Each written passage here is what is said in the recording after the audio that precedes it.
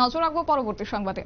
আজ আসন্ন পঞ্চায়েত নির্বাচনকে কেন্দ্র করে কার্যত আমবাসা ব্লকের বিভিন্ন রাজনৈতিক দলের পক্ষ থেকে বিভিন্ন গ্রাম পঞ্চায়েত, আমবাসা এবং পঞ্চায়েত সমিতির আসনে মনোনয়নপত্র দাখিল করা হয়। আজ বিজেপি দলের তরফ থেকে বিভিন্ন পঞ্চায়েতে 20টি আসনে এবং পঞ্চায়েত সমিতির একটি আসনে মনোনয়নপত্র দাখিল করা হয়।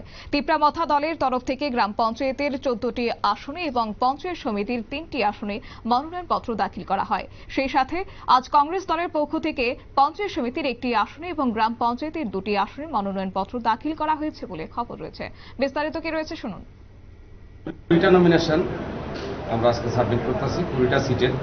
গতদিন আমাদের আমবাসা ব্লকে 65টার মধ্যে 45 জনের মনোনয়নপত্র জমা দেওয়া হয়ে গেছে। আজকে 20 জনের মনোনয়নপত্র আমরা দিতেছি এবং আমাদের প্রদেশ কমিটির নির্দেশ মোতাবেক আমরা পঞ্চায়েত সমিতির একটা জায়গাতে আমরা প্রার্থী বদল করেছি।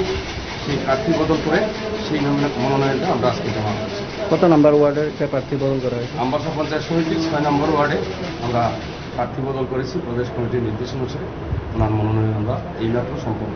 আজ যার মনোনয়ন দেওয়া হয়েছে পঞ্চায়েত সমিতির, ওনার নাম অপর্ণা দেবনাথ। জয় নিয়ে কতটা? জয়ের ব্যাপারে আমরা 100% নিশ্চিত, কারণ আমরা গত লোকসভা নির্বাচনের যে ফলাফল আমরা দেখেছি সারা রাজ্যে এবং আমাদের ধলাই জেলা বলুন আর আমবাসা মহকুমা বলুন, আমবাসা অ্যাসেম্বলি কনস্টিটিউয়েন্সি বলুন, সব জায়গাতেই আমরা বিপুল জয় পেয়েছি। এবং আমরা গ্রামে গ্রামে লক্ষ্য করছি সিপিআইএম পার্টি যারা প্রধান বিরোধী দল তারা বিভিন্ন বাড়ি বাড়ি ঘুরেও তাদের প্রার্থী হওয়ার ইচ্ছা কেউ প্রকাশ করেননি।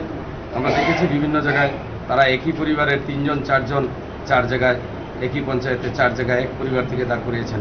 এর থেকে প্রমাণিত যে রাজ্যের মানুষ তাদের থেকে মুখ ফিরিয়ে নিয়েছে, তাদেরকে আর কখনো রাজ্যের মানুষ ক্ষমতায় দেখতে চায় না।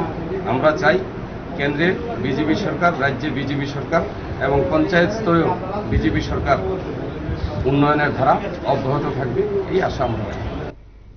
আপনারা শুনলেন তাদের বক্তব্য। কার্যত আজ শান্তিপূর্ণভাবে মনোনয়ন দাখিল করা হয়েছে আমবাসা ব্লকে এবং সেখানে সিপিআইএম দলের তরফ থেকে গ্রাম পঞ্চায়েতের একটি আসনে মনোনয়নপত্র দাখিল করা হয়। আমবাসা পঞ্চায়েত সমিতির 4 নম্বর আসনে একটি নির্দল প্রার্থী মনোনয়নপত্র দাখিল করেন।